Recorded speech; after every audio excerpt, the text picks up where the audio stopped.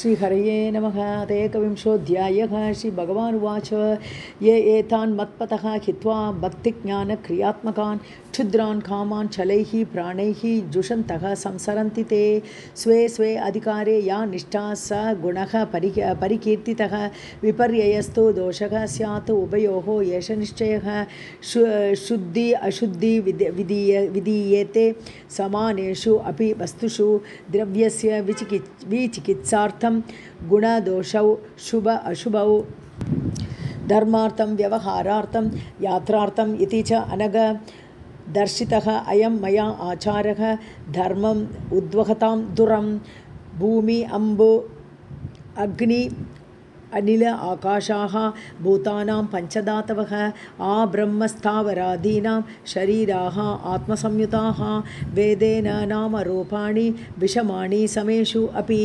धातुषु उद्धव कल्प्यन्ते एतेषां स्वार्थसिद्धये देशकालादिभावानां वस्तूनां मम सत्तम गुणदोषौ विधीयेते नियमार्थं हि कर्मणाम् अकृष्णसारः देशानाम् अब्रह्मण्यः अशुचिः भवेत् कृष्णसारः अपि असौवीर कीकट संस्कृत ईरिणं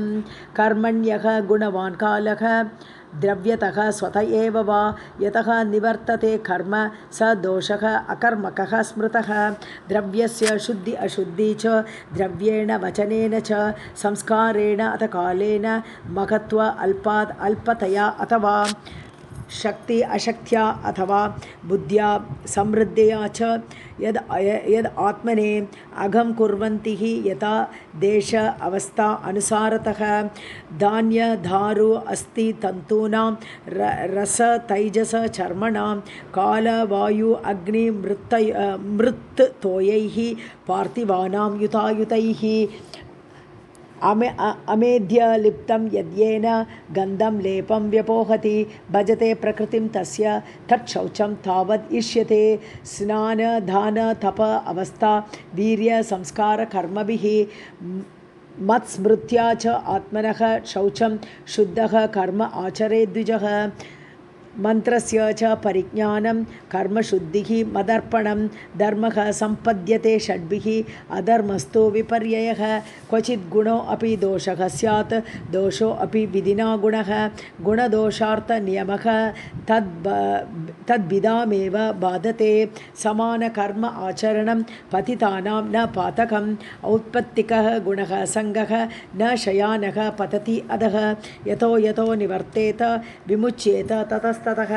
एष धर्मः नृणां क्षेमः शोकमोह भयापहः विषयेषु गुण अध्यासात् पुंसः सङ्गः ततो भवेत् सङ्गात् तत्र भवेत् कामः कामात् एव कलिः नृणां कलेः दुर्विषखः क्रोधः तमः तम् अनुवर्तते तमसा ग्रस्यते पुंसः चेतना व्यापिनी द्रुतं तया विरहितः साधो जन्तुः शून्याय कल्पते ततो अस्य स्वार्थविभ्रंशः मूर्छितस्य मृतस्य च विषय अभिनिवेशेन न आत्मानं वेद न अपरं वृक्ष जीविकया जीवन व्यर्थं बस्रा इव यः श्वसन् फलश्रुतिः इयं नृणां न श्रेयः रोचनं परं श्रेयः विवक्षया प्रोक्तं यथा वैषज्य रोचनम् उत्पत्त्या एव हि कामेषु प्राणेषु स्वजनेषु च आसक्तमनसः मर्त्याः आत्मनः अनर्थहेतुषु न तानि अविदुषः स्वार्थं भ्राम्यतः वृजिन अध्वनि कथं युञ्ज्यात् पुनः तेषु तान् तमो विशतः बुधः एवं व्यवसितं केचित् अविज्ञाय कुबुद्धयः फलश्रुतिं कुसुमितां न वेदज्ञाः वदन्ति हि कामिनः कृपणाः लुब्धाः पुष्पेषु फलबुद्धयः अग्निमुग्धाः धूमतान्ताः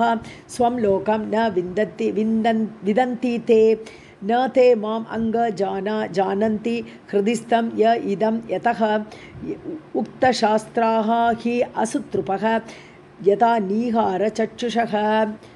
ते मे मतम् अभिज्ञाय परोक्षं विषयात्मकाः।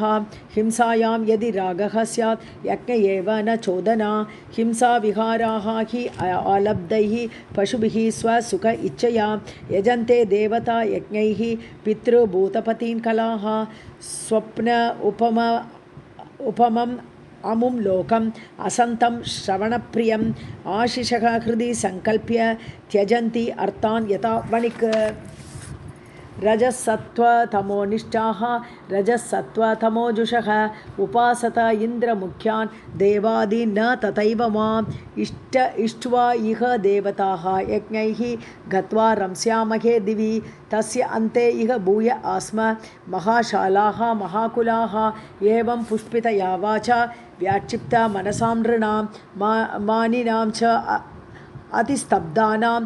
मद्वार्तापि न रोचते। वेदा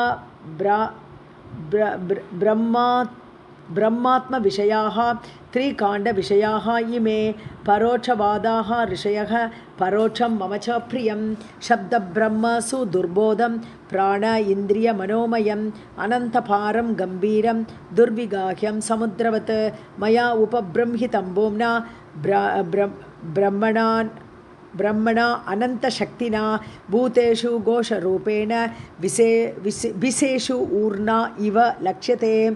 यथा ऊर्णनाभिः हृदयात् ऊर्णम् उद्वमते मुखात् आकाशात् घोषवान् प्राणः मनसा स्पर्शरूपिणा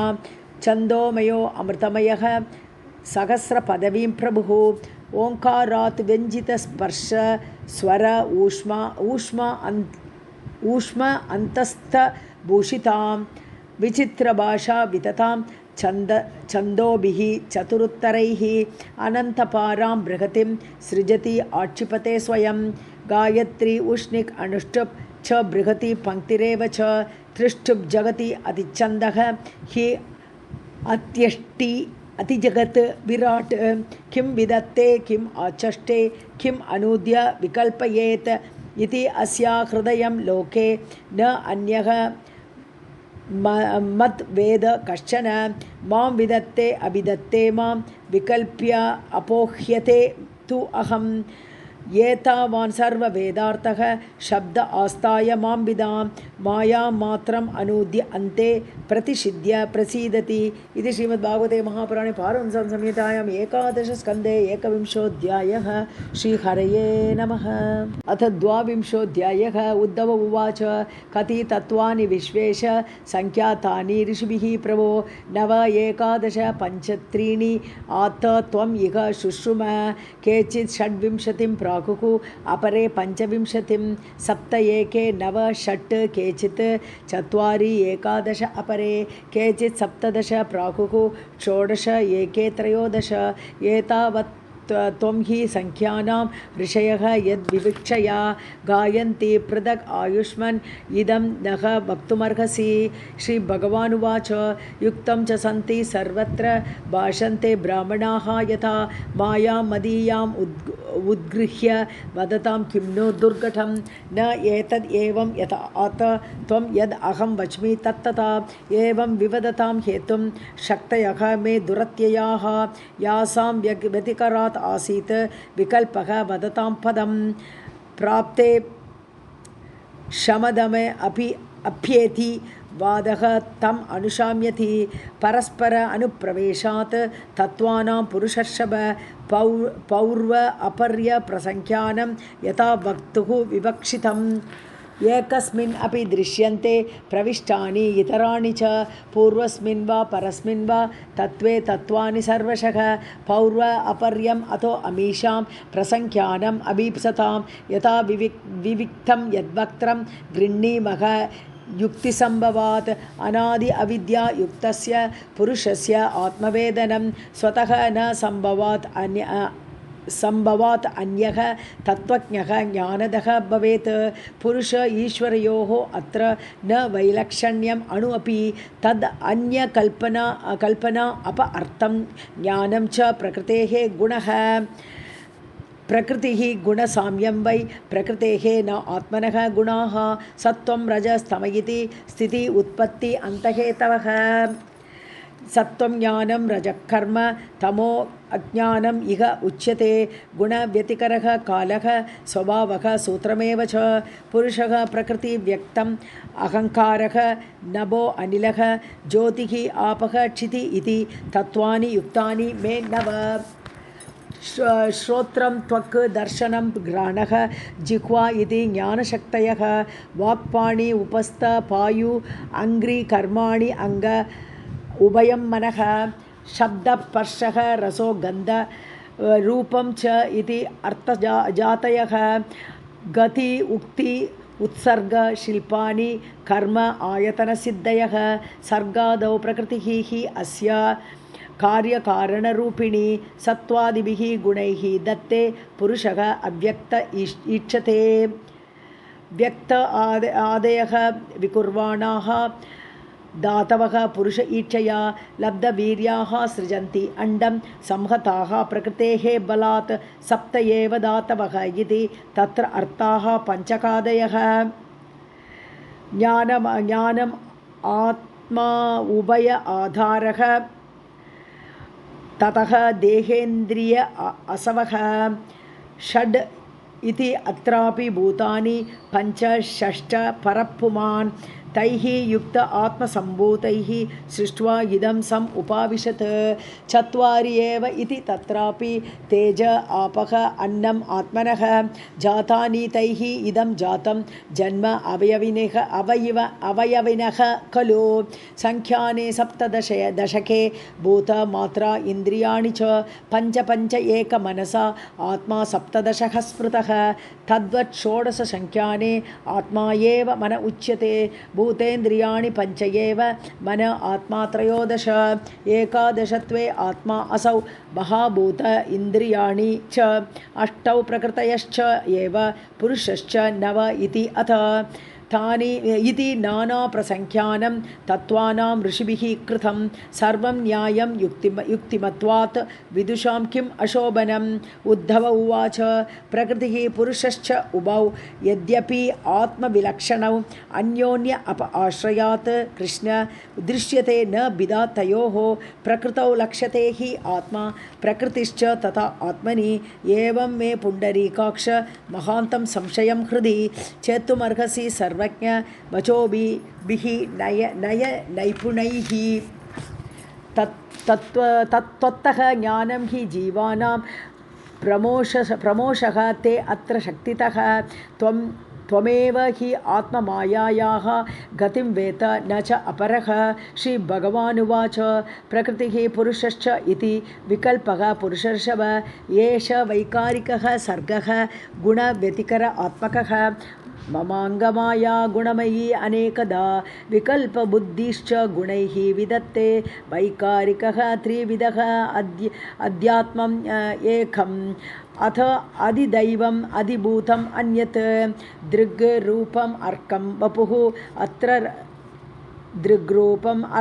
अर्कं वपुः अत्र रन्ध्रे। परस्परं सिद्ध्यति यः स्वतः खे आत्मा यदेषाम् अपरः यः आद्यः स्वया अनुभूत्या अखिल सिद्धसिद्धिः। एवं त्वगादि श्रवणादि चक्षुः जिह्वादि नासादि च चित्तयुक्तम् यो असौ गुणक्षोभकृतः विकारः प्रधानमूलात्मकतः प्रसूतः। अहं त्रिविरत् मोहविकल्पहेतुः वैकारिकः तामस ऐन्द्रियश्च। आत्मा परिज्ञानमयः विवादः हि अस्ति इति नास्ति इति विदा अर्थनिष्ठः। व्यर्थः अपि नैव उपरमेत पुंसां मत्तः परावृत्तधियां स्वलोकात्। उद्धव उवाच त्वत्तः परावृत्तधियः स्वकृतैः कर्मभिः प्रभो उच्च अवचान् यथा देहान् गृह्णन्ति विसृजन्ति च तन्मम आख्याहि गोविन्द दुर्विभाव्यम् अनात्मभिः। न हि एतत् प्रायशः लोके विद्वांसः सन्ति वञ्चिताः। श्रीभगवानुवाच मनः कर्ममयं नृणाम् इन्द्रियैः पञ्चभिः युतं। लोकात् लोकं प्रयाति अन्यः आत्मा तद् अनुवर्तते। ध्यायन् मनो अनुविषयान् दृष्टान् वा अनुश्रुतान् अथ उद्यत् सीदत् कर्मतन्त्रं स्मृतिः तद् अनुशाम्यति। विषय अभिनिवेशेन न आत्मानं यत् स्मरेत् पुनः जन्तोः वै कस्यचित् हेतोः मृत्युः अत्यन्तविस्मृतिः जन्म तु आत्मतया पुंसः सर्वभावेन भूरिदा विषयस्वीकृतिं प्राहुः यथा स्वप्नमनोरथः स्वप्नं मनोरथं च इत्थं प्राक्तनं न स्मरति असौ तत्र पूर्वम् इव आत्मानम् अपूर्वं च अनुपश्यति इन्द्रिय अयन सृष्ट्या इदं त्रैविध्यं भाति वस्तुनि बहिरन्तविदा हेतुः जनः असज्जनकृत् यथा नित्यदा हि अङ्गभूतानि भवन्ति न भवन्ति च कालेन अलक्ष्यवेगेन सूक्ष्मत्वात् तत् न दृश्यते यथा अर्चिषां स्रोतसां च फलानां वा वनस्पतेः तथा एव सर्वभूतानां वयः अवस्था आदयः कृताः सो अयं दीपः अर्चिषां यद्वत् स्रोतसां तदिदं जलं सो अयं पुमान् इति नृणां मृषा गीः दीः मृषा आयुषां मा स्वस्य कर्मबीजेन जायते सः अपि अयं पुमान् म्रियते वा अमरः भ्रान्त्या यथा अग्निः दारुसंयुतः निषेकगर्भजन्मानि बाल्य कौमार यौवनं वयो मध्यं जरा मृत्युः इति अवस्थाः तनोः नव एताः मनोरथमयीः हि अन्यस्य उच्च अवचाः तनुः गुणसङ्गात् उपादत्ते क्वचित् कश्चित् जहाति च आत्मनः पितृपुत्राभ्याम् अनुमेयौ भव अप्ययौ न भव अप्ययवस्तूनाम् अभिज्ञः द्वयलक्षणः तरोः बीजविपाकाभ्यां यो विद्वान् जन्मसंयमौ तरोः विलक्षणः द्रष्टा एवं द्रष्टा तनोः पृथक् प्रकृतेः एवम् आत्मानम् अविविच्य अबुधः पुमान् तत्त्वेन स्पर्शसम्मूढः संसारं प्रतिपद्यते सत्त्वसङ्गात् ऋषीन् देवान् रजसा असुरमानुषान् तमसा भूततिर्यक्त्वं भ्रामितः यति कर्मभिः नृत्यतः गायतः पश्यन् यथा एव अनुकरोति तान् एवं बुद्धिगुणान् पश्यन् अनीहः अपि अनुकार्यते यथा अम्बसा प्रचलता तरवो अपि चला इव चक्षुषा भ्राम्यमाणेन दृश्यते भ्रमतीव भूः यथा मनोरथधियः विषय अनुभवः मृषा स्वप्नदृष्टाश्च यदाशार्ह तथा संसार आत्मनः अर्थे हि अविद्यमाने अपि संसृतिः न निवर्तते ध्यायतः विषयानस्य स्वप्ने अनर्थ आगमो यथा तस्माद् उद्धव मा भुक्ष्व विषयान् असद् इन्द्रियैः आत्माग्रहण निर्बाधं पश्य वैकल्पिकं भ्रमं क्षिप्तः अवमानितः असद्भिः प्रलब्धः असूयितः अथवा ताडितः सन्निबद्धः वा वृत्त्या वा परिहापितः निष्ठितः मूत्रितः वा अज्ञैः बहुधा एवं प्रकम्पितः श्रेयस्कामः कृष्णगतः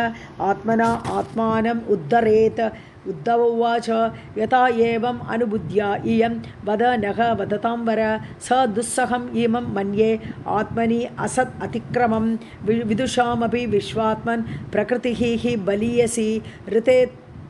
त्वद्धर्मनिरतान् शान्तांस्ते चरण आलयान् इति श्रीमद्भागवते महापुराणे पारमहंससंहितायाम् एकादशस्कन्धे द्वाविंशोऽध्यायः श्रीहरये नमः अथ त्रयोविंशोऽध्यायः बादरायणिरुवाच स एवमाशंसित उद्धवेन भागवतमुख्येन दाशार्कमुख्यः स भाजयन् वृत्यवचः मुकुन्दः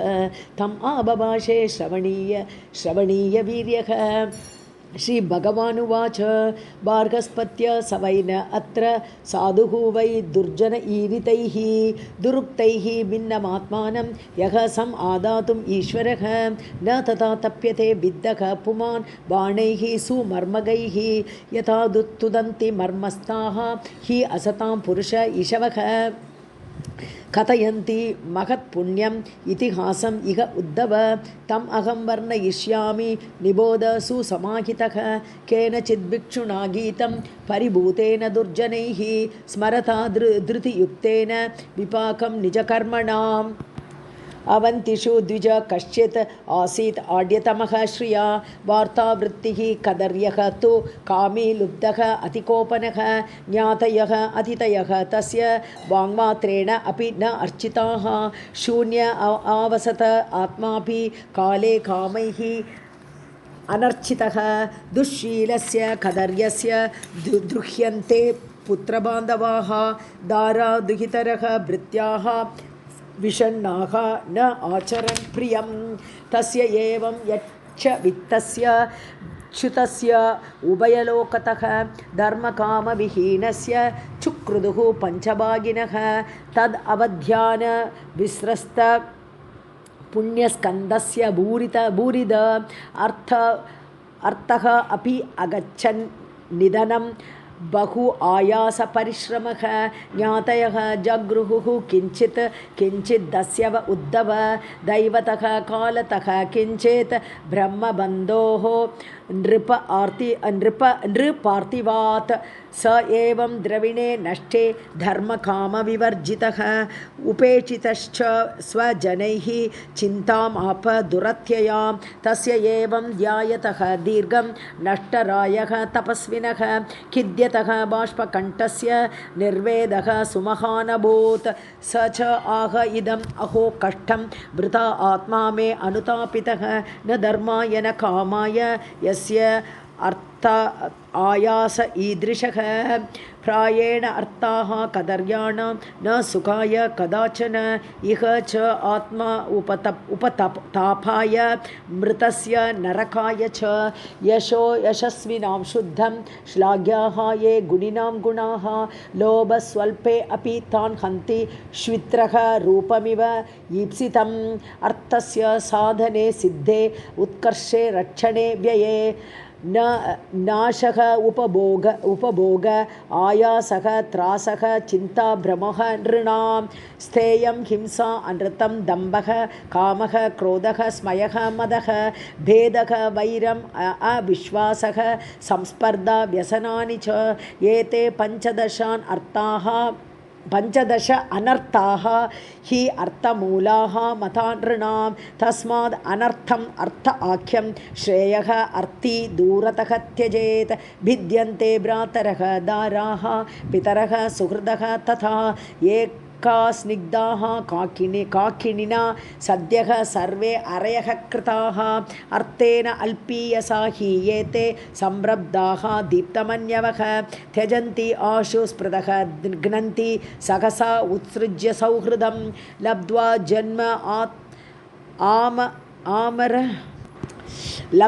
जन्म अमरप्रार्थ्यं मानुष्यं तद्विज अग्रयतां तद् अनादृत्य ये स्वार्थं घ्नन्ति यान्ति अशुभां गतिं स्वर्ग अपवर्गयोः द्वारं प्राप्य लोकम् इमं पुमान् द्रविणे कः अनुषज्येथ मर्त्यः अनर्थस्य दामनि देव ऋषि पितृभूतानि ज्ञातीन् बन्धुंशभागिनः असंविभज्य च आत्मानं यच्च वित्तः पतति अधः व्यर्थया अर्थईहया वित्तं प्रमत्तस्य वयः बलं कुशलाः येन सिद्ध्यन्ति जरटः किं नु साधये कस्मात् संक्लिश्यते विद्वान् व्यर्थया अर्थईहया असकृत् कस्यचित् मायया नूनं लोकः अयं सुविमोहितः किं धनैः धनदैः वा किं कामैः वा कामदैः उत मृत्युनाग्रस्यमानस्य कर्मभिः वा उत जन्मदैः नूनं मे भगवान् तुष्टः सर्वदेवमयः हरिः येन नीतः दशां येतां निर्वेदश्च आत्मनः प्लवः सो अहं काल अवशेषेण शोषयिष्ये अङ्गमात्मनः अप्रमत्तः अखिलस्वार्थे यदि स्यात् सिद्ध आत्मनि तत्र माम् अनुमोदेरन् देवाः त्रिभुवनेश्वराः मुहूर्तेन ब्रह्मलोकं खट्वाङ्गः असादयत् श्रीभगवानुवाच इति अभिप्रेत्य मनसा हि आवन्त्यः द्विजसत्तमः उन्मुच्य हृदयग्रन्थीन् शान्तः भिक्षुः अभूत् मुनिः स चचार महीं एतां संयत आत्मा इन्द्रिय अनिलः भिक्षार्थं नगर ग्रामान् असङ्गः अलक्षितः अविशत् तं वै प्रवयसं भिक्षुम् अवधूतम् असज्जनाः दृष्ट्वा पर्यभवन् भद्र बह्वीभिः परिभूतिभिः केचित् त्रिवेणुं जगृहुः एके पात्रं कमण्डलुं पीठं च एके अक्षसूत्रं च कन्तां चीराणि केचन प्रदाय च पुनः तानि दर्शितानि आददुः मुनेः अन्नं च वैक्ष्यसम्पन्नं भुञ्जानस्य सरित्तटे मूत्रयन्ती च पापिष्टाः ष्ठीवन्ति अस्य च मूर्धनि यथवाचं वाचयन्ति ताडयन्ति न वक्ति चेत् तर्जयन्ति अपरे वाग्भिः स्तेनः अयमिति वादिनः बध्नन्ति रज्ज्वा तं केचित् भद्यताम् इति क्षिपन्ति एके अवजानन्त एष धर्मध्वजः शठः क्षीणवित्तः इमां वृत्तिम् अग्रहीत स्वजन उज्जितः अहो एष महासारः धृतिमान् गिरिराटिव मौनेन साधयति अर्थं भगवद्दृढनिश्चयः इति एके विहसन्ति एनम् एके दुर्वातयन्ति च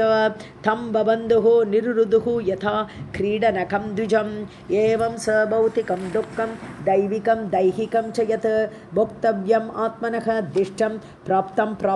अबुध्यत परिभूतः इमां गाथाम् अगायत नर अदमैः पातयद्भिः स्वधर्मस्थः धृतिम् आस्ताय च सात्विकी द्विज उवाच नायं जनः मे सुखदुःखहेतुः न देवता आत्मा ग्रहकर्मकालाः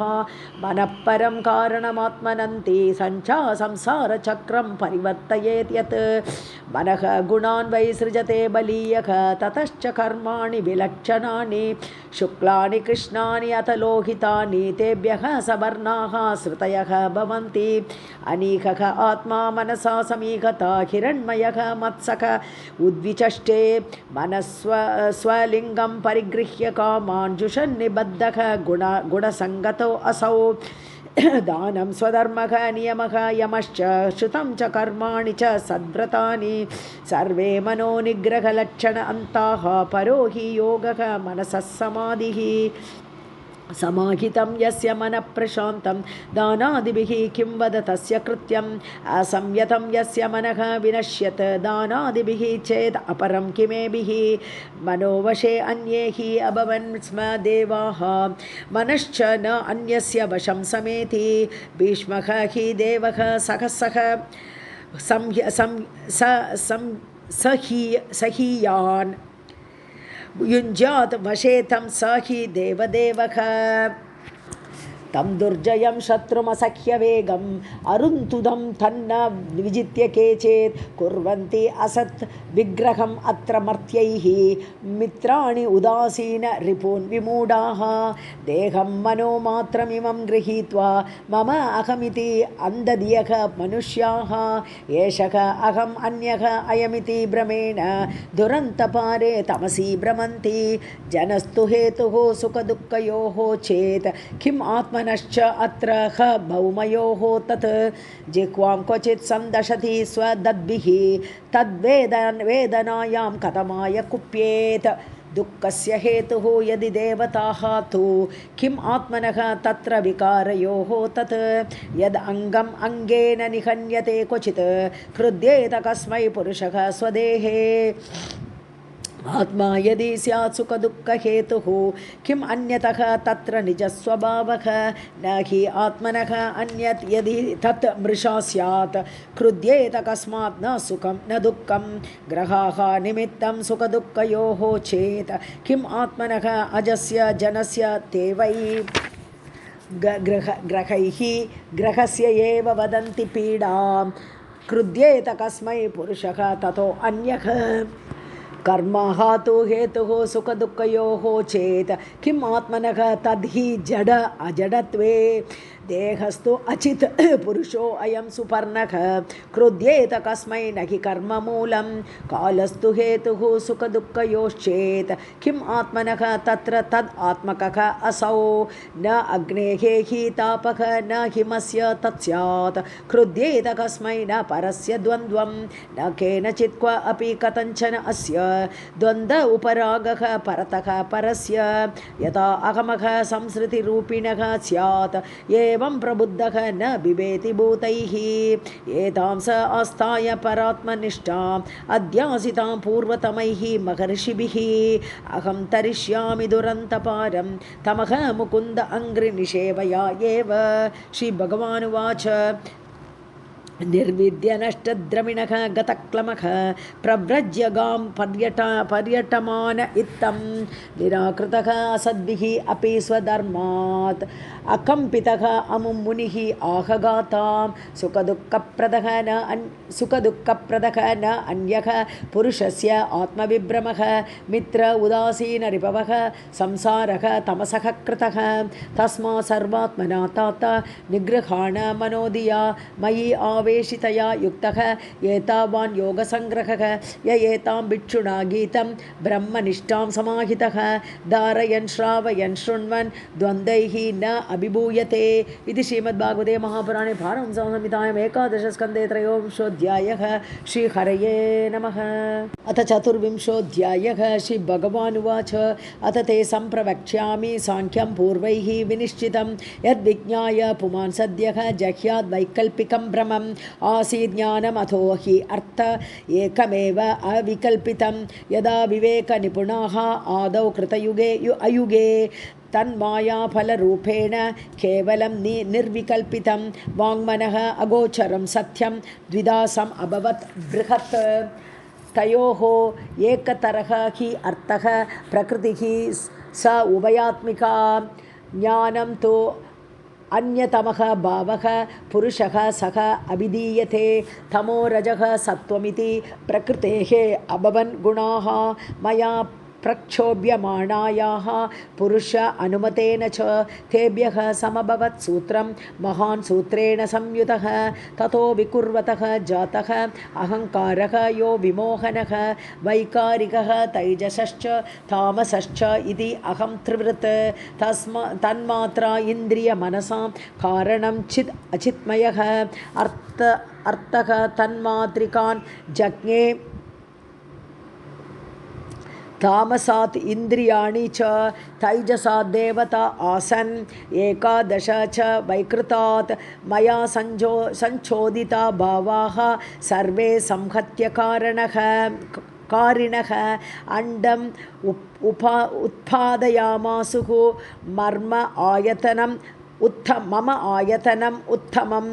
तस्मिन् अहं सम्भवम् अण्डे सलिलसंस्थितौ मम नाभ्याम् अभूत् पद्मं विश्वाख्यं तत्र च आत्मभूः सः असृजत् तपसा युक्तः रजसा मद् अनुग्रहात् लोकान् सपालान् विश्वात्मा भूः भुवः स्वः इति त्रिधा देवानाम् ओक्कः आसीत् स्वः भूतानां च भुवः पदं मर्त्यादीनां च भूर्लोकः सिद्धानां त्रितयात् परम् अधः असुराणां नागानां भूमेः ओक्कः असृजत् प्रभुः त्रिलोक्यां गतयः सर्वाः कर्मणां त्रिगुणात्मनां योगस्य तपसश्चैव न्यायस्य गतयः अमलाः महर्जनर्तपः सत्यं भक्तियोगस्य मद्गतिः मया कालात्मना दात्रा कर्मयुक्तम् इदं जगत् गुणप्रवाह एतस्मिन् उन्मज्जति निमज्जति अणुः बृहत् कृशः स्थूलः यो भावः प्रसिद्ध्यति सर्वः अपि अभयसंयुक्तः प्रकृतया पुरुषेण च यः तु यस्य आदिः अन्तश्च स वै मध्यं च तस्य सन् विकारः व्यवहारार्थः तथा च तैजस पार्थिवाः यद् उपादाय पूर्वस्तु भावः विकुरुते अपरम् आदिरन्तः यदा यस्य तत्सत्यम् अभिधीयते प्रकृतिः हि अस्य उपादानम् आधारः पुरुषः परः सतः अभिव्यञ्जकः कालः ब्रह्म तत्त्रितयं तु अहं सर्गः प्रवर्तते तावत् पौर्व अपर्येण नित्यशः महान् गुणविसर्ग अर्थः स्थिति अन्तः यावदीक्षणं विराट् मया आसाद्यमानः लोककल्पविकल्पकः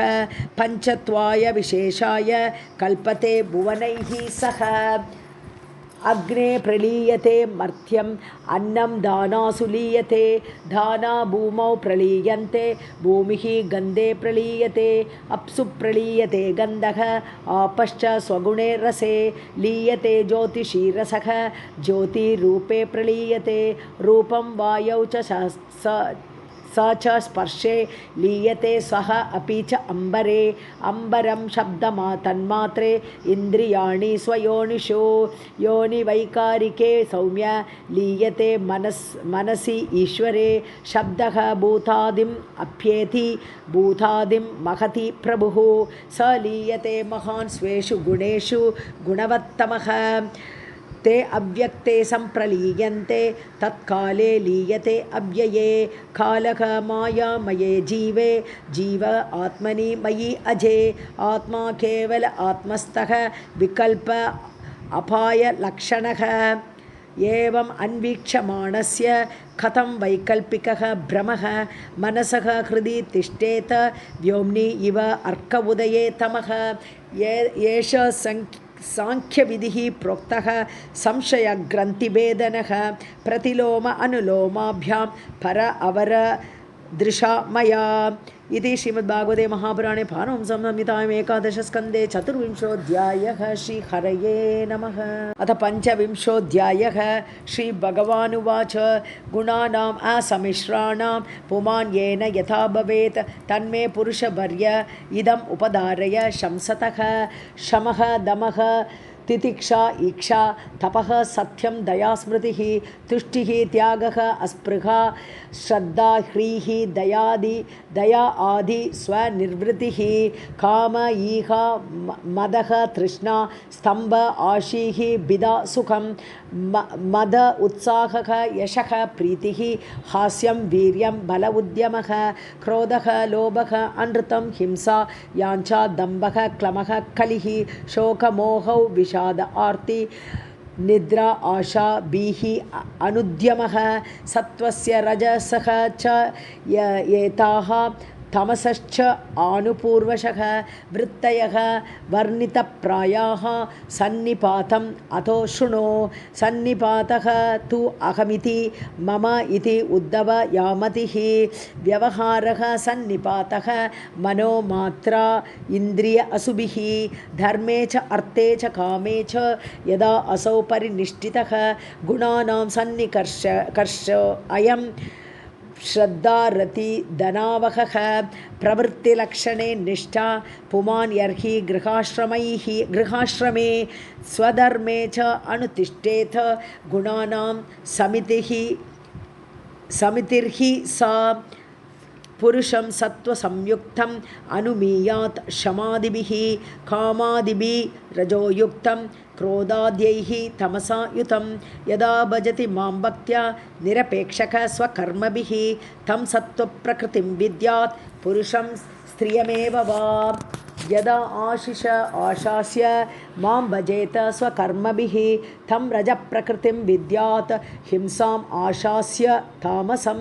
सत्त्वं रजस्तम इति गुणाः जीवस्य नैव मे चित्तजायैः तु भूतानां सज्जमानः निबध्यते यदा इतरौ जयेत सत्त्वं भास्वरं विशदं शिवं तदा सुखेन युज्येत धर्मज्ञानादिभिः पुमान् यदा जयेत तमः सत्त्वं रजस्सङ्गं विदाचलं तदा दुःखेन युज्येत कर्मणा यशसा श्रिया यदा जयेत रजस्सत्त्वं तमो मूढं लयं जडं युज्येत शोकमोहाभ्यां निद्रया हिंसया आशया यदा चित्तं प्रसीदेत इन्द्रियाणां च निर्वृतिः देहे अभयं मनोस असङ्गं तत्सत्त्वं विद्धि मत्पदं विकुर्वन् क्रियया च अनिर्वृत्तिश्च चेतसां विकुर्वन् क्रियया च आदिः अनिर्वृत्तिश्च चेतसां गात्र अस्वास्थ्यं मनः भ्रान्तं रज एतैः निशामय सीदत् चित्तं विलीयेत चेतसः ग्रहणे अक्षमं मनो नष्टं तमोग्लानिः तमः तत् उपधारय एदमाने गुणे सत्त्वे देवानां बलमेदते असुराणां च रजसि तमसि उद्धव रक्षसाम् सत्वात् जागरणं विद्यात् रजसा स्वप्नम् आदिशेत् प्रस्वापं तमसा जन्तोः तुरीयं त्रिषु सन्ततम् उपरि गच्छन्ति सत्त्वेन ब्राह्मणा जनाः तमसा अधो अध आमुख्यात् रजसा अन्तरचारिणः सत्त्वे प्रलीनाः स्वर्यान्ति नरलोकं रजोलयाः तमोलयाः तु निरयं यान्ति मामेव निर्गुणाः मदर्पणं निष्फलं वा सात्विकं निजकर्म तत् राजसं फलसङ्कल्पं हिंसा प्रायादिः तामसं कैवल्यं सात्विकं ज्ञानं रजो वैकल्पिकं च यत् प्राकृतं तामसं ज्ञानं मन्निष्ठं निर्गुणं स्मृतं वनं तु सात्विकः वासः ग्रामः राजस उच्यते तामसं द्यूतसदनं मन्निकेतं तु निर्गुणं सात्विकः कारकः असङ्गी राग अन्धः राजसः स्मृतः तामसः स्मृतिविभ्रष्टः निर्गुणः मदपाश्रयः सात्विक्य आध्यात्मिकी श्रद्धा कर्मश्रद्धा तु राजसी तामसी अधर्मे या श्रद्धा मत्सेवायां तु निर्गुणा पथ्यं पूतम् अनायस्थम् आहार्यं सात्विकं स्मृतं राजसं च इन्द्रियप्रेष्ठं तामसं च आर्तिदा अशुचि सात्विकं सुखम् आत्मोत्थं विषयोत्थं तु राजसं तामसं मोहदैन्योत्थं निर्गुणं मदपाश्रयं द्रव्यं देशः फलं कालः ज्ञानं कर्म च कारकः श्रद्धा अवस्था आकृतिः निष्ठा त्रैगुण्य एव सर्व एव हि सर्वे गुणमया भावाः पुरुष अव्यक्तधिष्ठिताः दृष्टं श्रुतम् अनुद्यातं बुद्ध्या वा पुरुषर्षभ एताः संस्कृतयः पुंसः गुणकर्म निबन्धनाः येन इमे निर्जिताः सौम्य गुणाः जीवेन चित्तजाः भक्तियोगेन मन्निष्ठः मद्भावाय प्रपद्यते तस्माद्देहमिमं लब्ध्वा ज्ञानविज्ञानसम्भवं गुणसङ्गं विनिर्दूय मां भजन्तु विचक्षणाः निस्सङ्गः मां भजेत् विद्वान् अप्रमत्तः जितेन्द्रियः रजस्तमश्च अभिजयेत् सत्त्वसंसेवया मुनिः सत्त्वं च अभिजयेत् युक्तः नैरपेक्षेण शान्तदीः सम्पद्यते गुणैः मुक्तः जीवः जीवं विहाय माम् जीवः जीवविनिर्मुक्तः गुणैः च आशयसम्भवैः मया एव ब्रह्मणः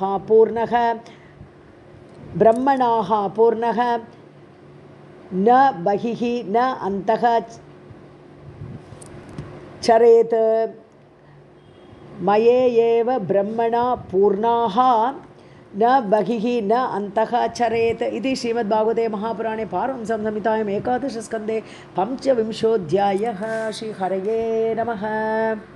अथ षड्विंशोऽध्यायः श्रीभगवानुवाच मत्लक्षणम् इमं कायं लब्ध्वा मद्धर्म आस्थितः आनन्दं परम् आत्मानम् आत्मस्थं समुपैति मां गुणमय्या जीवयोन्या विमुक्तः ज्ञाननिष्ठया गुणेषु मायामात्रेषु दृश्यमानेषु अवस्तुतः वर्तमानः अपि न पुमान् युज्यते अवस्तुभिः गुणैः सङ्गं न कुर्यात् असतां शिशन उदरस्त्रिपां क्वचित् तस्य अनुगः तमसि अन्धे पतति अनुग अन्धवत् ऐलः सम्राट् इमां गाताम् अगायत बृहश्रवाः ऊर्वशी विरहात् मुह्यन् निर्विण्णः शोकसंयमे त्यक्त्वा आत्मानं व्रजन्तीं तां नग्न उन्मत्तवत् नृपः विलपन् अन्वगात् जाये घोरे तिष्ठ इति विक्लवः कामान् अतृप्तः अनुजुषन् शुल्लकान् वीर्ययामिनीः न वेद यान्ति हि आयान्तीः उर्वश्या आकृष्टचेतनः ऐल उवाच अहो मे मोहविस्तारः कामकश्मलचेतसः देव्या गृहीतकण्ठस्य न आयुःखण्डा इमे स्मृताः न अहं वेद अभिनिर्मुक्तः सूर्यः वा अभ्युदितो अमुया मुषितः वर्षभोगानां बत अहानि गतानि उत अहो मे आत्मसम्मोहः येन आत्मा योषितां कृतः क्रीडा मृगः चक्रवर्ती नरदेव शिखामणिः स परिच्छदम् आत्मानं हित्वा तृणम् इव ईश्वरं यान्तीं स्त्रियं च अन्वगमं नग्न उन्मत्तवत् रुदन् कुतः तस्य अनुभावः स्यात् तेज ईश्वत्वमेव वा यो अन्वगच्छं स्त्रियं यान्तीं करवत् पादताडितः किं विद्यया किं तपसा किं योगत्यागेन श्रुतेन वा किं विविक्तेन मौनेन स्त्रीभिः यस्य मनोहृतं स्वार्थस्य आकोविदं दिङ् मां मूर्खं पण्डितमानिनं यो अहम् ईश्वरतां प्राप्य स्त्रीभिः गोकर्वत् जितः सेवतः वर्षभोगान्मे उर्वश्याः अदरासवं न तृप्यते आत्मभूः कामः वह्निः आहुतिभिः यथा पुंश्चल्या अपहृतं चित्तं कः नु अन्यः मोचितुं प्रभुः आत्मा राम ईश्वरं ऋते भगवन्तम् अधोक्षजम् बोधितस्यापि देव्या मे सूक्तवाक्येन दुर्मतेः मनोगतः महामोहः न अपयाति अजितात्मनः किं एतया नः अपकृतं रज्वा वा सर्पचेतसः रज्जुस्वरूप अविदुषः यो अहं यद् अजित इन्द्रियः क्व अयं मलीमसः कायः दौर्गन्ध्यादि आत्मकः अशुचिः क्व गुणाः सौमनस्य आद्याः हि अध्यासः अविद्यया कृतः पित्रोः किं स्वं नु भार्यायाः स्वामिनः अग्नेः श्वागृद्रयोः किम् आत्मनः किं सुहृद आत्मनि यः न अवसीयते तस्मिन् कळेवरे अमेध्ये तुच्छनिष्ठे विसज्जते अहो सुभद्रं सुनसं सुस्मितं च मुखं स्त्रियः त्वं मांस रुधिर स्नायु मेदः मज्जा अस्ति संहतौ बिन्मूत्रपूये रमतां कृमीणां कियज् अन्तरम् अथापि न उपसज्जेत स्त्रीषु स्त्रैणेषु च अर्थवित् विषय इन्द्रियसंयोगात् मनः क्षुभ्यति न अन्यथा अदृष्टात् अश्रुतात् भावात् न भाव उपजायते असम्प्रयुञ्जतः प्राणान् शाम्यति स्तिमितं मनः तस्मात् सङ्गः न कर्तव्यः स्त्रीषु स्त्रैणेषु च इन्द्रियैः विदुषां चापि अविश्रद्धः षड्वर्गः किमु मादृशां श्रीभगवानुवाच एवं प्रगायन् नृपदेवदेवः स ऊर्वशी लोकमतो विहाय आत्मानमात्मनि अवगम्य मां वै उपारमत् ज्ञानविदूतमोहः ततो दुस्सङ्गम् उत्सृज्य सत्सु सज्जेत बुद्धिमान् सन्तः ये तस्य चिन्तन्ति मनोव्यासङ्गम् उक्तिभिः सन्तः अनपेक्षाः मच्चित्ताः प्रशान्ताः समदर्शिनः निर्ममाः निरहङ्काराः निर्द्वन्द्वाः निष्परिग्रहाः तेषु नित्यं महाभागेषु मत्कथाः सम्भवन्ति हिताः नृणां जुषतां प्रपुनन्ति अगम् ताः ये शृण्वन्ति गायन्ति हि अनुमोदन्ति च आदृताः मत्पराः श्रद्धानाश्च भक्तिं विन्दन्ति ते मयि भक्तिं लब्धवतः साधोः किम् अन्यत् अवशिष्यते मयि अनन्तगुणे ब्रह्मणि आनन्द अनुभव आत्मनि यथा उपश्रयमाणस्य भगवन्तं विभावसुं शीतं वयं तमो अप्येति साधून् संसेवतः तथा निमज्य उन्मज्जतां घोरे भवाब्धौ परम अयनं सन्तः ब्रह्मविदः शान्ताः नौः दृढा इव अप्सुमज्जताम् अन्नं हि प्राणिनां प्राणः आर्तानां शरणं तु अहं धर्मः वित्तं नृणां प्रेत्य सन्तः अर्वाक् बिभ्यतः अरणं सन्तः दिशन्ति चक्षुंषि बहिः अर्कः समुत्थितः देवताः बान्धवाः सन्तः आत्मा अहमेव च वैतसेनः ततो अपि एवम् उर्वश्याः लोकनिस्पृहः मुक्तसङ्गः महीमेताम् आत्मा रामः चचारः इति श्रीमद्भागवते महापुराणे पारमहंससंहितां एकादशस्कन्धे षड्विंशोऽध्यायः। श्रीहरये नमः। अथ सप्तविंशोऽध्यायः। उद्धव उवाच क्रियायोगं समाचक्ष्व भवद् आराधनं प्रभो यस्मात् त्वां ये यथा अर्चन्ति सात्वताः सात्वदर्शभ एतद्वदन्ति मुनयः मुहुः निःश्रेयसं नृणां। नारदः भगवान् व्यासः आचार्यः अङ्गिरससुतः निःसृतं ते मुख अम्बोजात् यदाह भगवानजः पुत्रेभ्यः भृगुमुख्येभ्यः देव्यै च भगवान् भवः एतद्वै सर्ववर्णानाम् आश्रमाणां च सम्मतं श्रेयसामुत्तमं मन्ये स्त्रीशूद्राणां च मानद एतत् कमलपत्राक्ष कर्मबन्धविमोचनं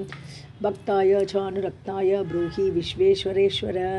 श्रीभगवानुवाच न हि अन्तः अनन्तपारस्य कर्मकाण्डस्य च उद्धव संक्षिप्तं वर्णयिष्यामि यतावत् अनुपूर्वशः। वैदिकः तान्त्रिकः मिश्रः इति मे त्रिविधः मखः त्रयाणाम् ईप्सितेन एव विधिना मां समर्चयेत् यदा स्वनिगमेन उक्तं द्विजत्वं प्राप्य पूरुषः यथा यजेत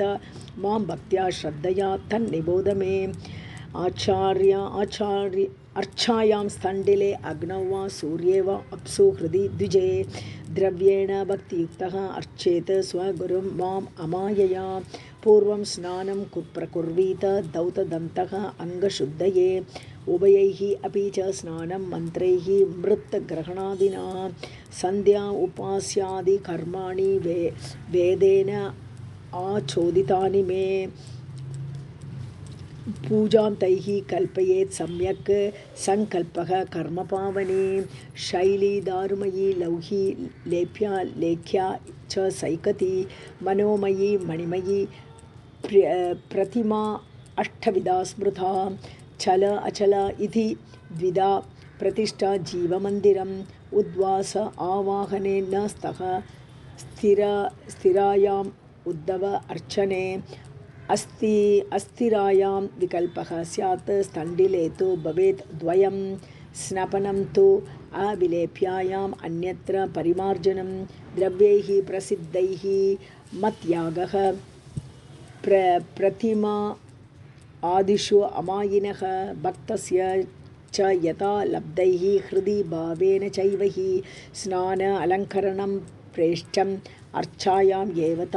तु उद्धव स्तण्डिले तत्त्वविन्यासः वह्नौ आज्यप्लुतं हविः सूर्ये च अभ्यर्हणं प्रेष्ठं सलिले सलिलादिभिः श्रद्धया उपाहृतं प्रेष्ठं भक्तेन मम वारि अपि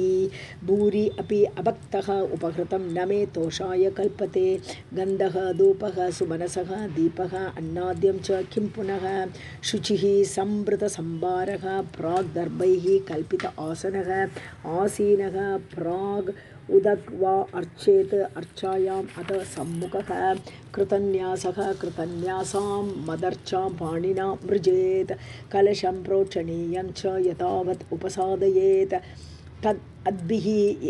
देवयजनं द्रव्याणि आत्मानमेव च प्रोक्ष्य पात्राणि त्रीणि अद्भिः तैस्तैः द्रव्यैः च साधयेत्। पाद्य अर्घ्य आचमनीयार्थं त्रीणि पात्राणि दैशिकः हृदा श्रीष्णा अथ शिकया गायत्र्या च अभिमन्त्रयेत्। पिण्डे वायु अग्निसंशुद्धे हृत्पद्मस्तां परां मम अन्वीं जीवकलां ध्यायेत् नाद अन्ते सिद्धभावितां तया आत्मभूतया पिण्डे व्याप्ते सम्पूज्य तन्मयः आवाह्य अर्चादिषु स्थाप्य न्यस्त अङ्गं मां प्रपूजयेत्। पाद्य उपस्पर्श अर्हणादीन् उपचारान् प्रकल्पयेत् धर्मादिभिश्च नवभिः कल्पयित्वा आसनं मम पद्म अष्टदलं तत्र कर्णिका केसर उज्ज्वलम् उभाभ्यां वेदतन्त्राभ्यां मह्यं तु उभयसिद्धये सुदर्शनं पाञ्चजन्यं गदा असि इषु धनु हलान् मुसलं कौस्तुभं मालां श्रीवत्सं च अनुपूजयेत् नन्दं सुनन्दं गरुडं प्रचण्डं चण्डमेव च महाबलं बलं चैव कुमुदं कुमुदेक्षणं दुर्गां विनायकं व्यासं विश्वक्सेनं गुरून् सुरान् स्वे स्वे स्थाने तु अभिमुखान् पूजयेत् प्रोक्षणादिभिः चन्दन उशीर कर्पूर कुङ्कुम अगरु वासितैः सलिलैः स्नापयेत् मन्त्रैः नित्यदा विभवे सति स्वर्णगर्मानुवाकेन महापुरुष विद्यया पौरुषेणापि सूक्तेन सामभि राजनादिभिः वस्त्र उपवीत आभरण पत्र स्रग्गन्धलेपनैः अलङ्कुर्वीत सप्रेम मद्भक्तः माम्यता उचितं पाद्यम् आचमनीयं च गन्धं सुमनसः अक्षतान् धूप दीप उपहार्याणि दद्यात्मे श्रद्धया अर्चकः गुडपायस सर्पींषि षष्कुल्य अपूप मोदकान् संयाव दधि सूपांश्च नैवेद्यं सति कल्पयेत् अभ्यङ्ग उन्मर्दन आदर्श दन्त दाव अभिषेचनम् अन्नाद्य गीत नृत्यादि पर्वणि स्युः उत अन्वहम् विधिना विगते कुण्डे मेखलागर्ते वेदिभिः अग्निम् आधाय परितः समूहेत् पाणिनोदितं परिस्तीर्य अथ पर्युक्षेत् अनु आधाय यथाविधि प्रोक्षण्या आसाद्य द्रव्याणि प्रोक्ष्य अग्नौ भावयेत् मां तप्तजाम्बूनदप्रख्यं शङ्खचक्रगदाम्बुजैः लसच्चतुर्भुजं शान्तं पद्मकिञ्जल्कवाससं स्फुरत्किरीटकटककटिसूत्रवर अङ्गदं श्रीवत्सवक्षसं भ्राजत् कौस्तुभं वनमालिनं ध्यायन् अभ्यर्च्य दारूणि हविषा अभिघृतानि च प्रास्य आज्यभाग अवागारै दत्त्वा च आज्यप्लुतं हविः प्रास्य आज्यभाग अवगारैः दत्त्वा च आज्यप्लुतं हविः जुहूयात् मूलमन्त्रेण षोडश अर्चा अवधानतः धर्मादिभ्यः यथा न्यायं मन्त्रैः सुइष्टकृतं बुधः अभ्यर्च्य अथ नमस्कृत्य पार्श्वदेभ्यः बलिं हरेत् मूलमन्त्रं जपेत् ब्रह्म स्मरन् नारायणात्मकं दत्त्वा आचमनम् उच्छेषं विश्वक्सेनाय कल्पयेत् मुखवासं सुरभिमत् ताम्बूलाद्यम् अथ अर्हयेत् उपगायन् गृणन् नृत्यन् कर्माणि अभिनयन् मम मत्कथाः श्रावयन् शृण्वन् मुहूर्तं क्षणिकः भवेत् स्तवैः उच्च अवचैः स्तोत्रैः पौराणैः प्राकृतैरपि स्तुत्वा प्रसीद भगवन् इति वन्देत् दण्डवत् शिरो मत्पादयो कृत्वा बाहुभ्यां च परस्परं प्रपन्न पाहि मामीश भीतं मृत्युग्रह अर्णवात् इति शेषां मया दत्तां शिरसि आदाय स आदरम् उद्वासयेत् चेत् उद्वास्यं ज्योतिः ज्योतिषी तत्पुनः अर्चादिषु यदा यत्र श्रद्धा मां तत्र च अर्चयेत् सर्वभूतेषु आत्मनि च सर्वात्मा अहम् अवस्थितः एवं क्रियायोगपदैः पुमान् वैदिकतान्त्रिकैः अर्चन् उभयतः सिद्धिं मत्तः विन्दति अभीप्सितां मदर्चां सम्प्रतिष्ठाप्य मन्दिरं कारयेत् दृढं पुष्प उद्यानानि रम्याणि पूजा यात्रा उत्सव आश्रितान् पूजादीनां प्रवाहार्थं महापर्वसु अथ अन्वहं क्षेत्र आपण पुरग्रामान् दत्त्वा मत्साष्टिं शाष्टिताम् इयात् प्रतिष्ठया सार्वभौमं सद्मना भुवनत्रयं पूजादिना ब्रह्मलोकं त्रिभिः मत्साम्यताम् इयात् मामेव नैरपेक्षेण भक्तियोगेन विन्दति भक्तियोगं स लभते एवं यः पूजयेत मां यः स्वदत्तां परैः दत्तां हरेत सुरविप्रयोः वृत्तिं स जायते विड्बुक् वर्षाणाम् अयुतं कर्तुश्च सारतेः हेतोः अनुमोदितुः एव च कर्मणां भागिनः प्रेत्य भूयः भूयसि तत्फलम् इति श्रीमद्भागवते महापुराणे पारमहंस्यां संहितायाम् 11 स्कन्धे 17 श्रीहरये नमः। अथ 18 श्रीभगवानुवाच परस्वभावकर्माणि न प्रशंसेत् न गर्हयेत् विश्वम् एकात्मकं पश्यन् प्रकृत्या पुरुषेण च परस्वभावकर्माणि यः प्रशंसति निन्दति स आशो भ्रश्यते स्वार्थात् असति अभिनिवेशतः तैजसे निद्रया आपन्ने पिण्डस्थः नष्टचेतनः मायां प्राप्नोति मृत्युं वा तद्वत् नानार्थदृक् पुमान् किं भद्रं किम् अभद्रं वा द्वैतस्य अवस्तुनः कियत् वाचा उदितं तद् अनृतं मनसा ध्यातमेव च छाया प्रत्याह्वय आभासा हि असन्तः अपि अर्थकारिणः एवं देहादयः भावाः यच्छन्ति मृत्युतः भयम् आत्मा एव तदिदं विश्वं सृजति प्रभुः त्रायते त्राति विश्वात्मा ह्रियते हरति ईश्वरः तस्मात् न हि आत्मनः अन्यस्मात् अन्यः भावः निरूपिता इयं त्रिविधा निर्मूला भाति हि आत्मनि इदं गुणमयं विद्धि त्रिविधं मायया कृतम् एतद्विद्वान् मद् उदितं ज्ञानविज्ञाननैपुणं न निन्दति न च स्तौति लोके चरति सूर्यवत् प्रत्यक्षेण अनुमानेन निगमेन आत्मसंविदा आद्यन्तवत् असत् ज्ञात्वा निस्सङ्गः विचरेत् इह उद्धव उवाच नैव आत्मनः न देहस्य संसृतिः दृष्टदृश्ययोः अनात्मसु अदृशोः ईश कस्य स्यात् उपलभ्यते आत्मा अव्ययः अगुणः शुद्धः स्वयं ज्योतिः अनावृतः अग्निवत् दारुवत् अचित् देहः कस्य इह संसृतिः श्रीभगवानुवाच यावद्देहेन्द्रियप्राणैः आत्मनः सन्निकर्षणं संसारः फलवान् तावत्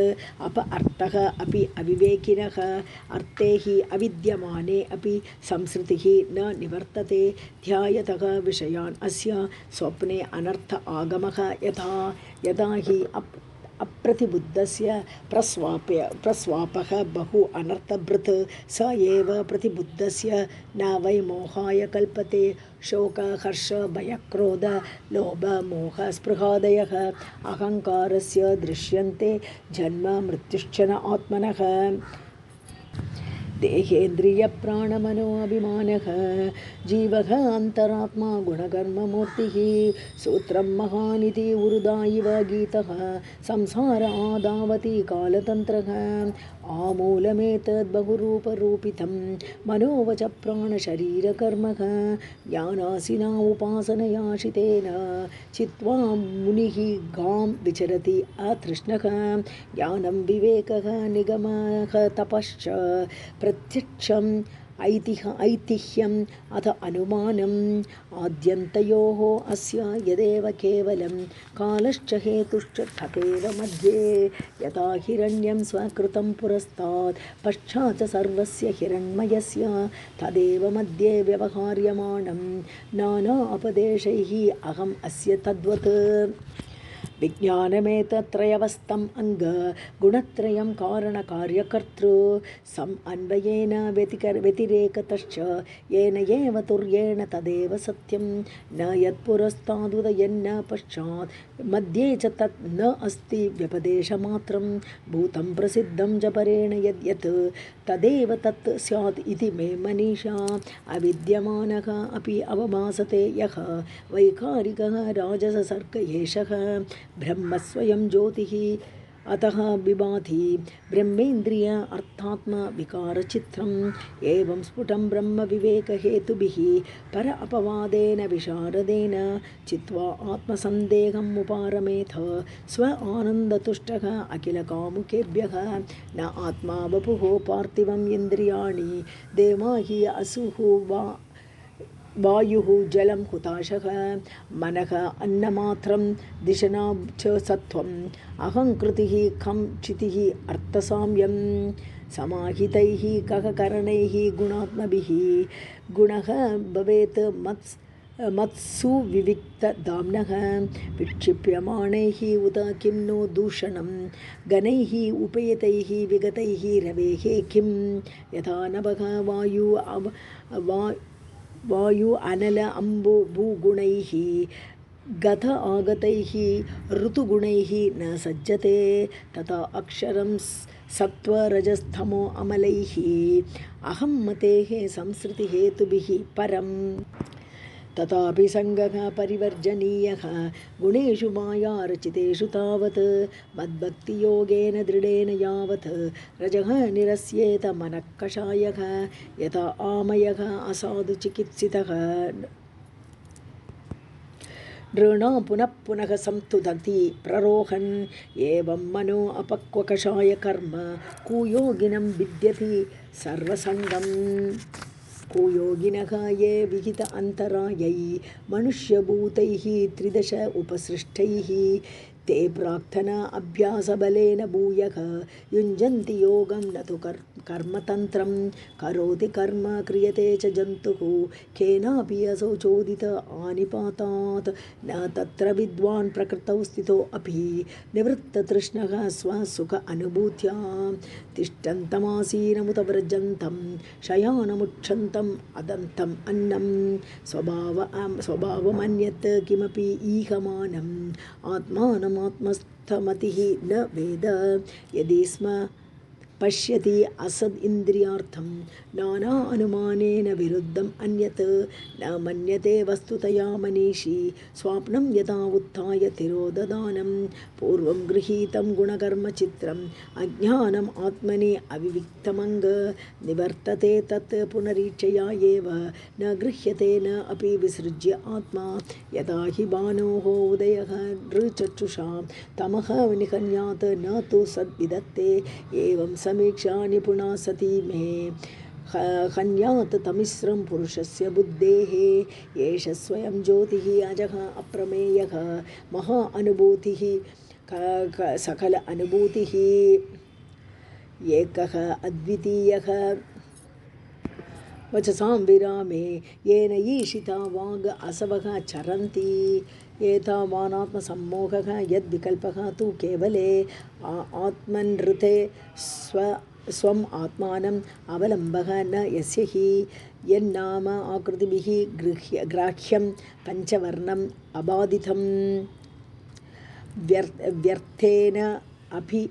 अर्थवादो अयं द्वयं पण्डितमानिनां योगिनः अपक्वयोगस्य युञ्जतः कायौत्थितैः उपसर्गैः विहन्येत तत्र अयं विहतः विधिः योगधारणया कांक्षित् आसनैः धारणा अन्वितैः तपो मंत्र औषधैः कांक्षित् उपसर्गान् विनिर्गहेत् कांक्षित् मम अनुध्यानेन नाम संकीर्तनादिभिः योगेश्वर अनुवृत्त्या वा हन्यात् अशुभदान् शनैः केचिद्देहम् इमं धीराः सुकल्पं वयसि स्थिरं विदाय विविध उपायैः अथ युञ्जन्ति सिद्धये न हि तत् कुशल आदृत्यं तदा आयासः हि अपअर्थकः अन्तवत्वात् शरीरस्य फलस्य इव वनस्पतेः योगं निषेवतः नित्यं कायः चेत् कल्पताम् इयात् तच्छ्रद्धया श्रद्धद्यात् न मतिमान् योगमुत्सृज्य मत्परः योगचर्याम् इवां योगी विचरन् मद आश्रयः न अन्तरायै विहन्येत निःस्पृहः सुखानुभूः इति श्रीमद्भागवते महापुराणे पारमहंससंहितायाम् एकादशस्कन्धे अष्टाविंशोऽध्यायः। श्रीहरये नमः। अथ 39 उद्धव उवाच सुदुश्चराम् इमां मन्ये योगचर्याम् अनात्मनः यथा अञ्जसा पुमान् सिद्ध्येत् तन्मे ब्रूहि अञ्जसा अच्युत प्रायशः पुण्डरीकाक्ष युज्यन्तः योगिनः मनः विषीदन्ति असमाधानात् मनोनिग्रह कर्षिताः अतात आनन्ददुगं पदाम्बुजं हंसाः श्रयेरन् अरविन्दलोचन सुखं नु विश्वेश्वरयोगकर्मभिः त्वन्मायया अमी विगताः न मानिनः किं चित्रमच्युत तव एतद् अशेषबन्धु दासेषु अनन्यशरणेषु यद् आत्मसात्त्वं यो अरोचयत् सह मृगैः स्वयं ईश्वराणां श्रीमत्किरीटतटपीडितपादपीठः तं त्वाम् अखिलात्मदयित ईश्वरम् आश्रितानां स्वार्थदं स्वाकृतविद् विसृजेत् को नु को वा भजेत् किमपि विस्मृतये अनुभूत्यै किं वा भवेत् न तव पादरजोजुषां नः न एव उपयन्ति अपचितिं कवयः तव ईश ब्रह्म आयुषापि कृतं रुद्धमुदः स्मरन्तः यो अन्तर्बहिः तनुभृताम् अशुभं विदुन्वन् आचार्य चैत्यवपुषा स्वगतिं व्यनक्ति। श्रीशुक उवाच इति उद्धवेन अति अनुरक्तचेतसा पृष्टः जगत्क्रीडनक स्वशक्तिभिः गृहीतमूर्तित्रय ईश्वरः जगाद सप्रेम मनोहरस्मितः। श्रीभगवानुवाच हन्त ते कथयिष्यामि मम धर्मान् सुमङ्गलान् यान् श्रद्धया आचरन् मर्त्यः मृत्युं जयते दुर्जयं कुर्यात् सर्वाणि कर्माणि मदर्थं शनकैः स्मरन् मयि अर्पितमनश्चित्तः मद्धर्म आत्ममनोरथिः देशान् पुण्यान् आश्रयेत् मद्भक्तैः साधुभिः श्रुतान् देव असुर मनुष्येषु मद्भक्त आचरितानि च पृथक् सत्रेण वामह्यं पर्वयात्रा महोत्सवान् कारयेद्गीतनृत्यादैः महाराजविभूतिभिः मामेव सर्वभूतेषु बहिरन्तः अपावृतम् ईक्षेत आत्मनि च आत्मानं यथाखम् अमल आशयः इति सर्वाणि भूतानि मद्भावेन महाद्युते स भाजयन्मन्यमानः ज्ञानं केवलमाश्रितः ब्राह्मणे पुल्कसे स्तेने ब्रह्मण्ये अर्के स्फुलिङ्गिके अक्रूरे क्रूरके चैव समदृक्पण्डितः मतः नरेषु अभीक्ष्णं मद्भावं पुंसः भावयतः अचिरात् स्पर्धा असूया तिरस्काराः स अहङ्काराः वियन्ति हि विसृज्य स्मयमानान् स्वान् दृशं व्रीडां च दैहिकी प्रणमे दण्डवद्भूमौ आश्वचाण्डाल गोकरम् यावत् सर्वेषु भूतेषु मद्भावः न उपजायते तावदेवम् उपासीत वाङ्मनः कायवृत्तिभिः सर्वं ब्रह्मात्मकं तस्य विद्यया आत्ममनीषया परिपश्यन् उपरमेत् सर्वतः मुक्तसंशयः अयं हि सर्वकल्पानां सद्रीचीनः मतो मम मद्भावः सर्वभूतेषु मनोवाक्कायवृत्तिभिः न हि अङ्ग उपक्रमे ध्वंसः मद्धर्मस्य उद्धव अणु अपि मया व्यवसितः सम्यक् निर्गुणत्वात् अनाशिषः यो यो मयि परे धर्मः कल्प्यते निष्फलाय चेत् तद् आयासः निरर्थः स्यात् भयादेहे इव सत्तम एषा बुद्धिमतां बुद्धिः मनीषा च मनीषिणां यत् सत्यम् अनृतेन इह मर्त्येन आप्नोति मामृतम् एष ते अभिहितः कृष्णः ब्रह्मवादस्य सङ्ग्रहः स समास व्यास विधिना देवानामपि दुर्गमः अभीक्ष्णशः ते गदितं ज्ञानं विस्पष्ट युक्तिमत्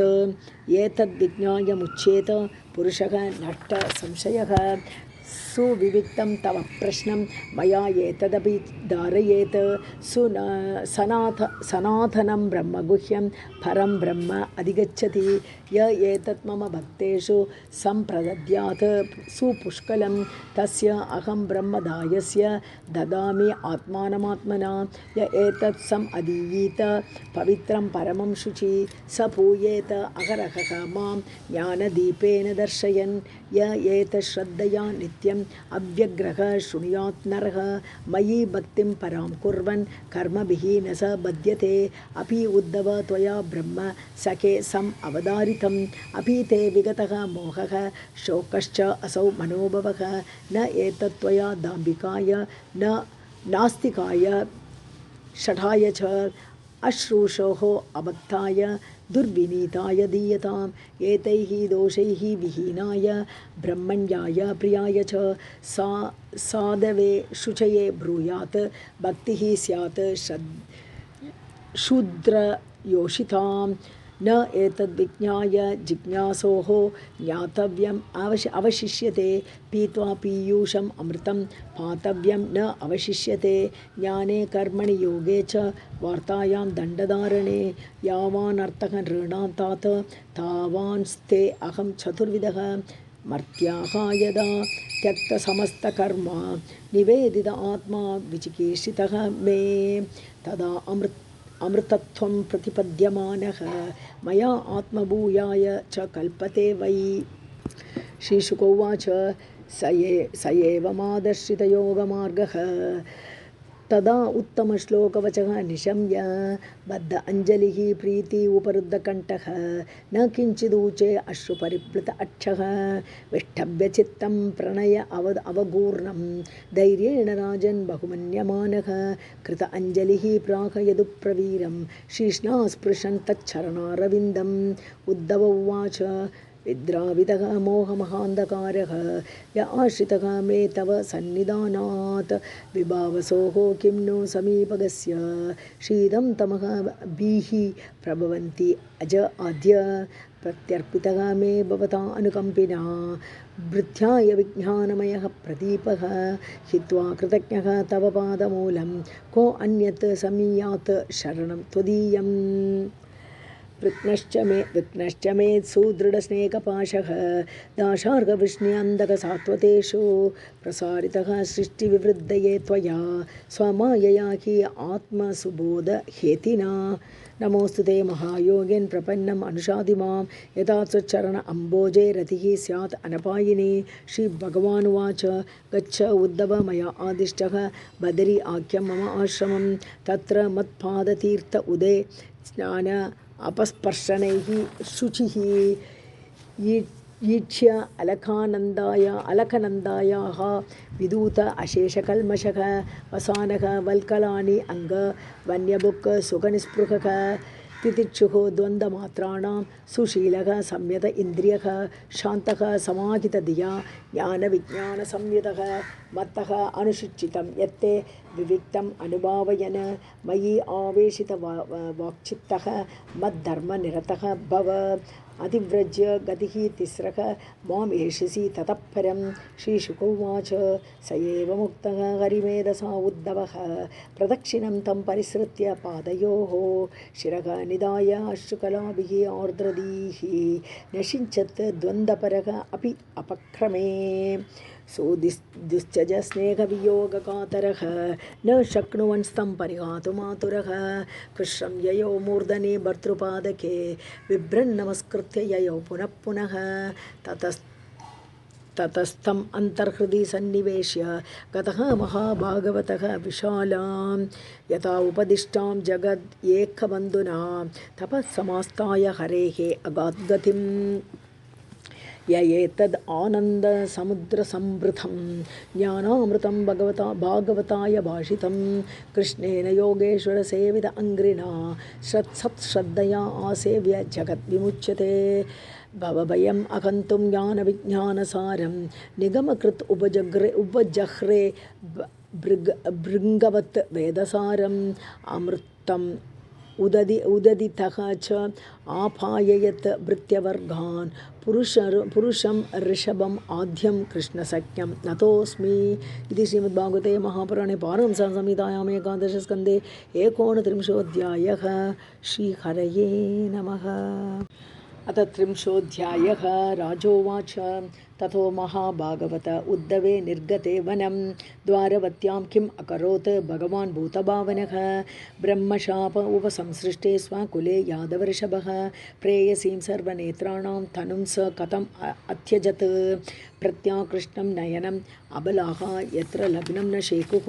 कर्णाविष्टं न सरति ततः यत्सताम् आत्मलग्नम् यश्रीः वाचां जनयति रतिं किं नु मानं कवीनां दृष्ट्वा जिष्णोः युधिस्तरथगतं यच्च तत्साम्यं ईयुः ऋषिरुवाच दिवि भुवि अन्तरिक्षे च महा उत्पातान् समुत्थितान् दृष्ट्वा आसीनान् सुधर्मायां कृष्णः प्राह यदून् इदम् एते घोरा महोत्पाताः द्वारवत्यां यमकेतवः मुहूर्तम् अपि न स्थेयम् अत्र नः यदो पुङ्गवाः स्त्रियः बालाश्च वृद्धाश्च शङ्खोद्वारं व्रजन्तु इतः वयं प्रवासं यास्यामः यत्र प्रत्यक्सरस्वती तत्र अभिषिच्य शुचयः उपोष्य सुसमाहिताः देवताः पूजयिष्यामः स्वप्न आलेपन अर्हणैः ब्राह्मणांस्तु महाभागान् कृतः स्वस्ति अयनाः वयं गोभू हिरण्यवासोभिः गज अश्वरथ भीष्मभिः विधिः एष हि अरिष्टघ्नः मङ्गल अयनम् उत्तमं देवद्विजगमां पूजा भूतेषु परमः भवः इति सर्वे समाकर्ण्य यदुवृद्धाः मधुद्विषः तथा इति नौभिः उत्तीर्य प्रभासं प्रययु रथैः तस्मिन् भगवता आदिष्टं यदुदेवेन यादवाः चक्रुः परमया भक्त्या सर्वश्रेय उपबृंहितं ततस्तस्मिन् महापानं पपुः मैरेयकं मधु दिष्ट विभ्रंशितधियः यद्द्रवैः भ्रश्यते मतिः महापान अभिमत्तानां वीराणां दृप्तचेतसां कृष्णमायाविमूढानां सङ्घर्षः सुमहानभूत् युयुधुः क्रोधसंरब्धाः वेलायाम् आततायिनः धनुभिः असिभिः भल्लैः गदाभिः तोमररिष्टिभिः तत्पताकैः रथकुञ्जरवादिभिः कर उष्ट्रगोभिः महिषैः नरैः अपि मिदः समेत्य अश्वतरैः सुदुर्मदाः न्यहनच्छरैः दद्भिः इव द्विपावने प्रद्युम्न साम्बौ युधिरूढमत्सरौ अक्रूरभोजौ अनिरुद्धसात्यकी सुभद्र संग्रामजित् तौ सुदारुणौ गदौ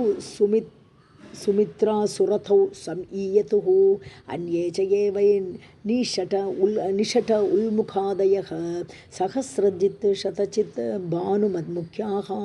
अन्योन्यमासाद्य मद अन्धकारिताः जग्नुः मुकुन्देन विमोहिताः वृषं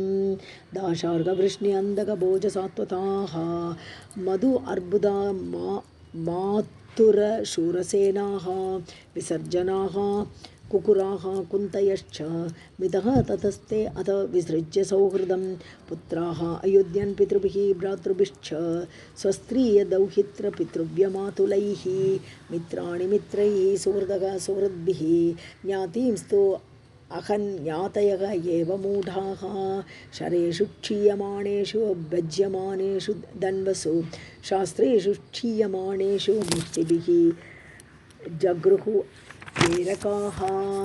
ताः व्रजकल्पाः हि अभवन् परिगाः मुष्टिनावृताः जगृः द्विषः तैः कृष्णेन वार्यमाणाः तु तं च ते प्रत्यनीकं मन्यमानाः बलभद्रं च मोहिताः हन्तुं कृतधियः राजन् आपन्नाः आततायिनः अथ तौ अपि संक्रुद्धौ उद्यम्य कुरुनन्दन येरकां मुष्टिपरिगौ चरन्तौ जग्नतुः युधि ब्रह्मशाप उपसृष्टानां कृष्णमायावृत आत्मनां स्पर्धा क्रोध क्षयं निन्ये वैन्दः अग्निः यथा वनम् एवं नष्टेषु सर्वेषु कुलेषु स्वेषु केशवः अवतारितः भुवः भारः इति मेने अवशेषितः रामः समुद्रवेलायां योगम् आस्थाय पौरुषं तथ्याजलोकं मानुष्यं संयोज्य आत्मानमात्मनि रामनिर्याणमालोक्य भगवान् देवकीसुतः निशसादरोपस्थे तूष्णीम् आसाद्य पिप्पलं बिभ्रच्चतुर्भुजं रूपं भ्राजिष्णुः प्रभया स्वया दिशो विधिभिराकुर्वन् विधूम इव पावकः श्रीवत्साङ्कं घनश्यामं तप्तहाटकवर्चसं कौशेयाम्बरयुग्मेन परिवीतं सुमङ्गलं सुन्दरस्मितवक्त्राब्जं नीलकुन्तलमण्डितं पुण्डरीक अभिरामाक्षं स्फुरन्मकरकुण्डलं कटीसूत्र ब्रह्मसूत्र किरीट कडक अङ्गदैः हारनूप्रमुद्राभिः कौस्तुभेन विराजितं वनमाला परीत अङ्गं मूर्तिमद्भिः निज आयुधैः कृत्वा ऊरु दक्षिणे पादम् आसीनं पङ्कज अरुणं मुसल अवशेषाय खण्डकृत इषुः लुब्धकः जरा मृग आस्य आकारं तच्चरणं विव्याध मृगशङ्कया चतुर्भुजं तं पुरुषं दृष्ट्वा स कृतकिल्बिषः भीतः पपात शिरसा पादयोः असुरद्विषः अजानता कृतमिदं पापेन मधुसूदन क्षन्तुम् अर्हसि पापस्य उत्तमश्लोक मे अनग यस्य अनुस्मरणं नृणाम् अज्ञानद्वान्तनाशनं वदन्ति तस्य ते विष्णोः मया असाधु कृतं प्रभो तन् माम् आशु जहि वैकुण्ठ पाप्मानं मृगलुब्धकं यदा पुनरहं तु एवं न कुर्यां सद् अधिक्रमं यस्य आत्मयोगरचितं न विदुः विरिञ्चः रुद्रादयः अस्य तनयाः पतयः गिरां ये त्वन्मायया पिहितदृष्टयः ये तदञ्जः किं तस्य ते वयम् असद्गतयः गृणीम श्रीभगवानुवाच मा बहिर्जरे त्वम् उत्तिष्ठ काम एष कृतो हि मे याहि त्वं मद अनुज्ञातः स्वर्गं सुकृतिना पदम् इति आदिष्टः भगवता कृष्णेन इच्छाशरीरिणा त्रिपरिक्रम्य तं नत्वा विमानेन दिवं ययौ दारुकः कृष्णपदवीम् अन्विच्छन् अधिगम्यतां वायुं तुलसिकामोदम् आघ्राय अभिमुखं ययौ तं तत्र तिग्मद्युभिः आयुधैः वृथं हि अश्वत्थमूले कृतकेतनं पतिं स्नेहप्लुतात्मानि बपादपादयोः रथादवप्लुत्य स बाष्पलोचनः अपश्यतः त्वच्चरणाम्बुजं प्रभो दृष्टिः प्रनष्टा तमसि प्रविष्टा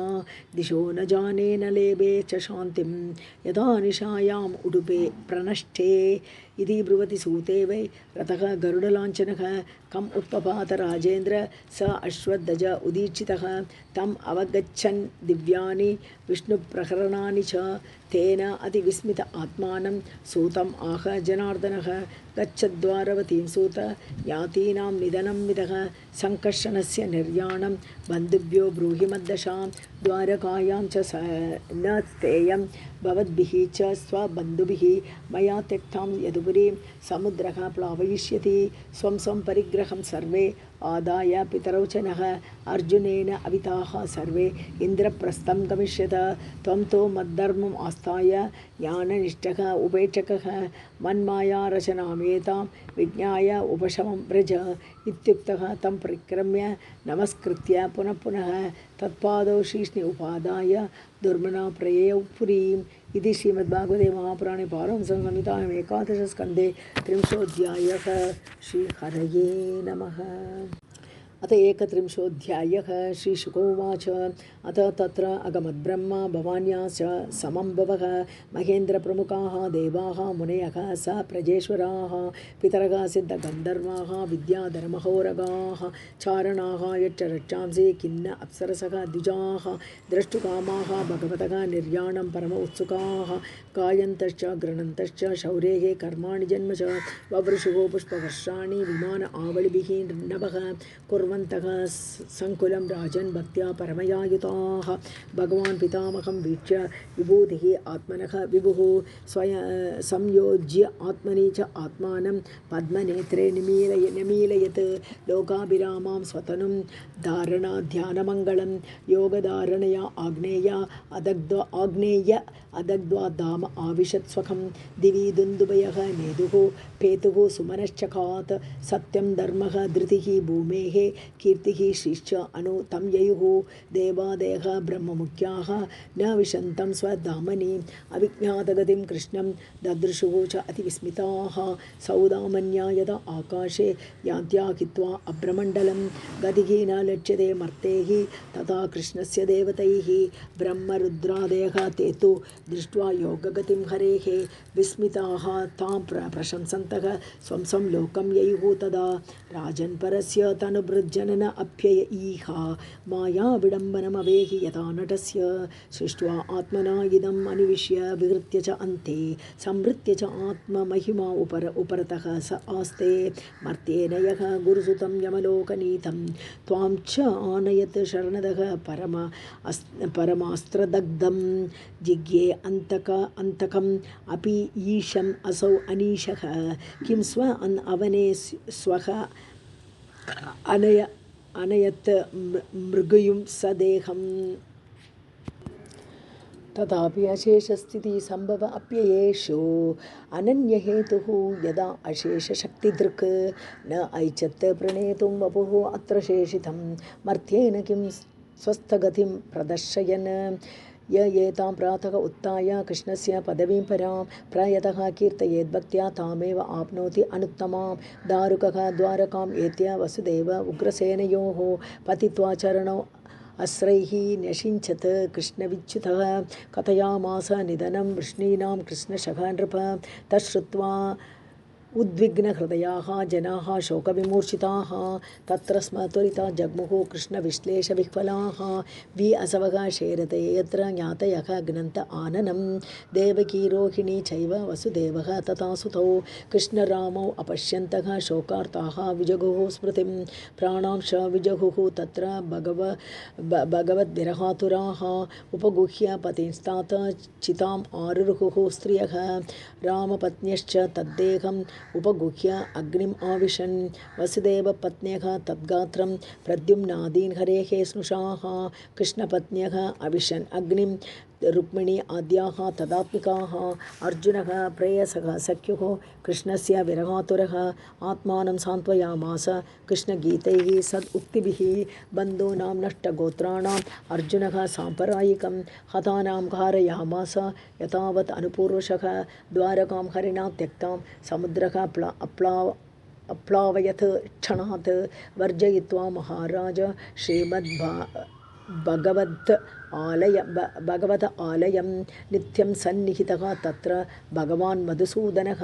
स्मृत्य अशेष अशुभहरं सर्वमङ्गलमङ्गलं स्त्रीबालवृद्धान् आदाय हतशेषान् धनञ्जयः इन्द्रप्रस्थं समावेश्य वज्रं तत्र अभिषेचयत् श्रुत्वा सुहृद्वदं राजन् अर्जुनात् ते पितामहाः त्वां तु वंशधरं कृत्वा जग्मुः सर्वे महापतं य एतद्देवदेवस्य विष्णोः कर्माणि जन्म च कीर्तये श्रद्धया मर्त्यः सर्वपापैः प्रमुच्यते इत्थं हरेः भगवतः रुचिर अवतार